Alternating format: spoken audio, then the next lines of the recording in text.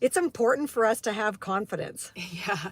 This isn't maybe a topic as Christian women that we talk about all that often, but it's a very important topic for us because if we don't have confidence, then we don't have confidence to go out and use the gifts that God's given us, and the world is missing out on the gifts and skills and talents that God has given each one of us uniquely to serve his purposes, right? To go out That's and right. like further the kingdom and to bless other people. He didn't give us all gifts to hide them under a bushel. No. And so we need the confidence to go out and use our gifts and our talents. But we just know, like, we've worked with many, many women over the years, and in some one-on-one capacities, in some small group coaching, in some larger group coaching, and we know that so many women are struggling to have the confidence to, like, even speak up. That's right. Right? And even to look someone in the eyes, yeah, or say hello to the cashier at the grocery store. to have a conversation with someone you don't know, to Yeah. smile at people while you walk by them. Yeah, or to like talk to new people who maybe come to your church, or like just anything, right? And often we don't have confidence because we feel like we're not good enough. We're not we feel that we have no value, no worth. Yeah, And or that- we're embarrassed by how we look and we're comparing ourselves yeah, to that's what I how was we gonna should say. be. You know, I don't look as good as that person, so I'd rather have them talk to them. Yeah, and like, oh my goodness.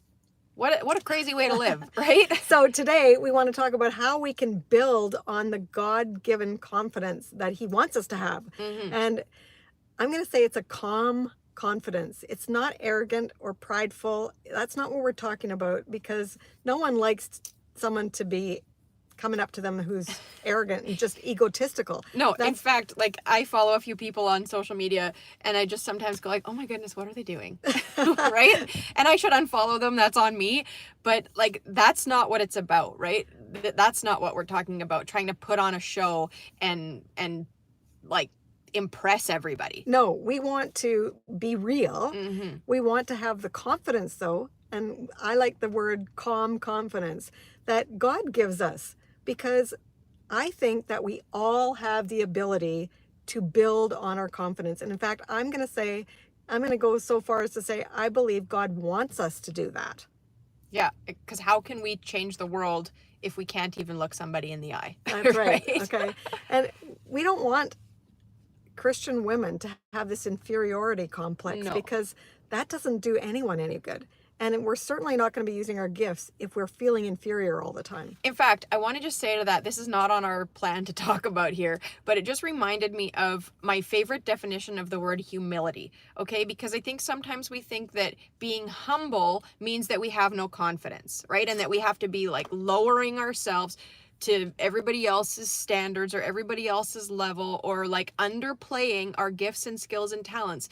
But my favorite definition of the word humility is neither inflating nor deflating your skills, talents, or abilities. Because being humble is about like an honest representation about your skills, gifts, talents, and abilities. And we all have them. Yeah. And so we don't have to downplay what we're good at just because there's other people around who maybe aren't as good at that as us, right? That's not humility, right? Like Jesus didn't go like, yeah, I'm a really horrible teacher when he was around other people just because they weren't as good of a teacher as him. No, he used that gift in humility to teach, right? That's right. So Good definition. yeah. Yeah. So anyways. neither inflate nor deflate. Mm-hmm. Okay. An honest representation. That's right. So if you don't know who we are, thanks for watching us. We're Ruth and Casey. We're a mother-daughter team, and we're excited because we like to talk about all things for healthy Christian living. And today we're talking about building our confidence so that we can use our gifts for his purpose and his glory. Yeah. So let's talk about some of the ways that we can actually build on our confidence. Yeah, and before we do that, I want to just read Hebrews 10:35, and this is what it says. And I'm not sure what version this is, but it says, so do not throw away your confidence. It will be richly rewarded. So that's Hebrews 10 verse 35. Yeah. So we need to have that confidence. God is calling us to use our gifts. So let's build our confidence so we can use our gifts. Mm-hmm. And I think one of the things that I know we have to do is face our fears. So if we're feeling inferior, or that we're not good enough, or that we have no value, or that we're comparing ourselves and we're embarrassed and we don't want to use our gifts, we need to face those fears head on. Mm-hmm. And we just need to have some ways, some building blocks to build that confidence so we can do it. And I think one of the things we have to do is practice in the mirror. We have to have a posture that shows that we're confident. Again, not arrogant, but confident. And it can be a quiet, calm confidence. Practice in the mirror. That is such a good thing to do.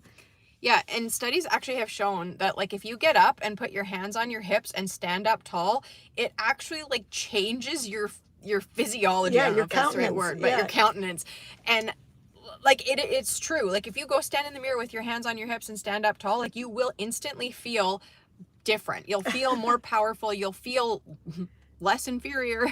And so like it's simple things sometimes that we can do that help us to build our confidence. That's right. It really is. In fact, I'm going to just share that I have spoken in front of crowds of a couple hundred people, and I was nervous. Like I've done it, quite a few times. Yeah. But I had these knot in my stomach. I had butterflies. I had to go to the bathroom because I was nervous and all this stuff. But my coach told me that that's not a bad thing. That's a good thing. You're nervous, and that's going to help you do your speech well. Yeah. And I'm going to say, so it actually did.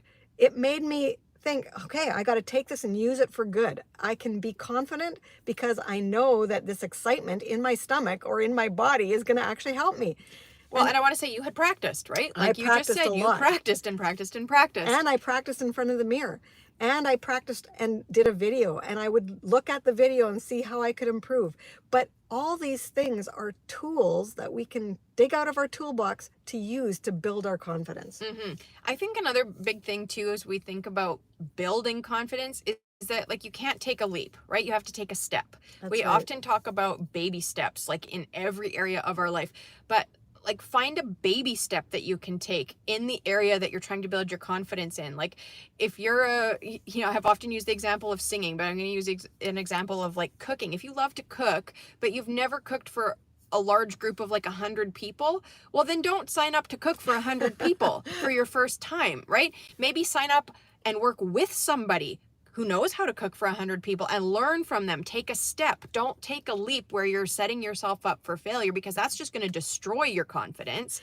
That's right. We want to build our confidence like one small step at a time, because the more that you build and create wins for yourself, like if you go and that's another tip. Exactly. Celebrate your wins. Exactly. So if you like go assist somebody who knows how to cook for 100 people and you learn some skills, you're going to like create a win for yourself, because it's probably going to go well because they know what they're doing and they are in charge and managing it. Then you're creating a win for yourself where you go like, yeah, I did that and that felt really good. And then you want to continue going, rather than like signing yourself up to cook for 100 people and then it flops and then you're like, well, I'm never cooking again. Right? I'm actually laughing about that because one time we did do that. Yeah, we used to do quite a lot of catering because we used to own a coffee shop. And a couple years after we had already sold the coffee shop, I was cooking a Thanksgiving dinner. So like a turkey with all of the fixins for a group of young adults at our church. And usually we do it together, which really helps, right? Because there's, you have some support. That's another tip, is have some support with whatever you're doing. Right. Anyways, you were away. And so I was cooking, and I did have some people who were coming to help me, but I was in charge. So I went and set up all of the crock pots, or like, the roasters that I was cooking the turkeys in. And I think there was supposed to be 75 people at this turkey dinner. So I set the turkeys at whatever time, and then I was going to leave for 2 hours and come back, because then, I had to finish up the rest of it. Well, when I came back, those roasting ovens like had blown the breaker. So I come back and we're like an hour out from eating time now. And we have completely raw turkeys. Okay, stop right there. I'm going to say that could have blown her confidence level like that. Oh my goodness. And so we improvised. And see, that's the thing. When you have the confidence, you know how to improvise when things don't go according to plan. Because there's always going to be changes or like roadblocks or obstacles that come your way. Yeah. And so ultimately it turned out fine. We just broke the turkeys down into small pieces and roasted it in the oven. It was all fine. Was it ideal? Absolutely not. Did it work out? Yes, it did. But Did everyone sometimes, enjoy their meal? Yes, they did. yes, but like it doesn't always go according to plan, right? And so I think that's the other thing. We have to learn how to improvise. We also have to learn how to accept failure when it happens, Yeah. because it is going to happen. And that is another one of our tips, is that we have to learn that we're not going to be perfect. No. You know, we are going to make mistakes. We are going to have to accept that we haven't done a good job and learn from it, and then Yeah. move on and do it again. Yeah, exactly. It doesn't mean stop. It doesn't mean quit. It means do it again. Yeah, because I've had other failures with cooking too that have not worked out okay. And oh my goodness, I'm thinking of another one in particular that I won't get The into rice. right now. Yep, the rice. But anyway, that's another story. Yeah. The point is, you're going to make a mistake, and that's okay. You have to give yourself some grace in this whole confidence building work. Yeah, Because exactly. if you don't, you know, I'm going to say, even Joyce Myers says, you know, when she knew God was calling her to be an evangelist, and she said, you know, after she had that calling, she woke up the next day and she thought she was going to be getting on an airplane the next day. And no, it wasn't like that. She had to do a lot of learning before her ministry took off. And so she had to work on a lot of things and build her confidence. It just didn't happen overnight. No. And I don't think it ever does, right? But she worked at it, right? And she didn't quit. And she didn't started give small. up. She took baby steps, right? She probably did all these other things that we're talking about too, like practiced. In fact, we know she practiced because she practiced in a Bible study of like 5 people for years, or That's right. 6 people, or however many it was. Yeah. I'm sure she like practiced in the mirror. I'm sure she she dressed did. herself for success, And which is that's- another. Yeah, let's talk about that one. Right? Like, don't put yourself in your frumpiest, oldest, ugliest clothes and expect to feel good. Sorry, It's but just you not won't. gonna happen. Right? Like, I've been working in our garage a little bit lately in the ugliest sweatpants of all time. They're hideous. And when I wear those things, it doesn't matter when I'm working in the garage. But I answered the door the other day wearing them, and I felt like such a loser. Okay? Like, I felt absolutely horrible about myself. So that didn't give you the confidence to go to the door. so don't do that to yourself. Okay? Go find an outfit that you feel good in. It doesn't have to be new. It doesn't have to be expensive. It doesn't have to be trendy. You can go to a secondhand store and you can find a nice secondhand outfit. It doesn't have to cost a lot of money, but you need to have something where you feel good in. It's like your power suit. Yeah, because if you're sitting here like picking away at yourself all day, like that feels horrible, right? Yeah. Like if you're adjusting at every turn. And also, I'm going to say, this is something I learned from a coach, is that, you know, when you have your outfit on that you're going to be speaking in or doing whatever your gift is, make sure that you do look in the mirror. And like if you put your arm up and you put your arm down again, that your sweater isn't all bunched up here after you put your arm down again. Yeah, or when you lift up your arm, that you're like showing a whole bunch of your stomach, because that's probably not going to feel so good either. No. So you have to do some work to make sure your power outfit looks good. And when you know it does, because in my speech, I had to do a lot of hand movement and stuff. And my coach actually told me, like, Ruth, when you do this, this is what happens. You don't want to wear that top. And so you have to have the right clothing to make yourself have that confidence. Yeah, exactly. So don't wear the ugly frumpy sweatpants. That's the moral of the story. If you're going to some kind of a ugly sweater contest, okay, wear it there. Yeah, exactly. Anyways, we're kind of all over the place with our tips, but I think you get the point, right? Like, you have to take baby steps. You have to work at it. You can't expect perfection from yourself. I think another big one is, like, you have to laugh at yourself, right? Absolutely. Find humor. Yeah, things are not always going to go according to plan, like we already said. You might not be able to laugh about it in the moment, but, like, find the humor in any given situation, because when we can laugh about something, life just is a whole lot easier. Okay, here's one more tip, or we have a few more, but one more that's really important is don't look for approval. Oh, that's a good one. You know, we want to hear all these things and comments like, oh, you did such a good job. Oh, man. That was the best meal I've ever eaten. Yeah, or, oh, that was such a good speech. It just really spoke to me. You know, don't seek for that. Just use the gift that God has given you, knowing that you're doing it for His glory. And then if you have people who give you negative comments, we have to learn how to accept the negative comments and let them go, because we're all going to have people who don't like what we're saying Or doing. because Casey and I have had, I'm going to call them, like people call them haters. You know, you can post something that you know is God-given and is so touching and moving, and people will say these rude things like, why don't they just leave it alone? But no, they have to make themselves feel better. So you have to learn to let the haters go. Yeah. Because in fact, one of our coaches said, once you have haters, you know you are doing what you're called to do. And that's a really good thing to think about. Yeah, it is. I think also too, the point you're just making is like, don't compare yourself, right? Like if you're going to go out and work on your own confidence, don't be comparing yourself to other people and what they can do and what you can't. And that's just going to make you get stuck and not do it, because you're never going to measure up to the expectations you have in your own head of how it should be, right? That's right. Because we're our own worst critics. We really are. We don't need other people telling us how bad we did. Yeah. But in fact, this is a little bit unrelated, but I heard this comment or this quote or something the other day, and it was like, if you spoke to a friend the way you speak to yourself in your own head, would that friend keep coming back? And like, nope, probably not. I doubt it. Yeah.